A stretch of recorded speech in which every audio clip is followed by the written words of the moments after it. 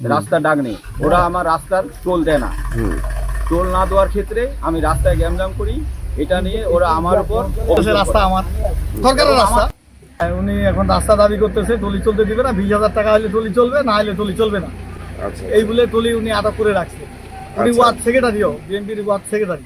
Trolley কালকে আটক করছে, আজকে আটক করছে, প্রায় 15-20টা হবে।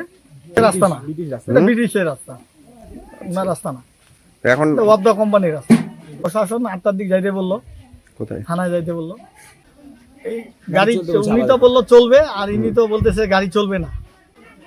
টাকা দিলেও ওরকম টাকা নেই নেই, এবারে টাকা বেশি লাগে। 24-এর পরেও তো না, 24-এর পরে টাকা দিইনি। মৌলিকের আমলে উনি এলিছিল। আচ্ছা আচ্ছা তখন মনে করেন ওই বাড়ি তো আচ্ছা মানে 20,000 টাকা করে লাগবে গাড়ি প্রতি।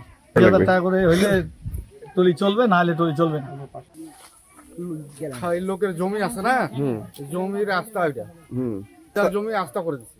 ওই দাবি করবে তো, জমি ওদেরই জমি।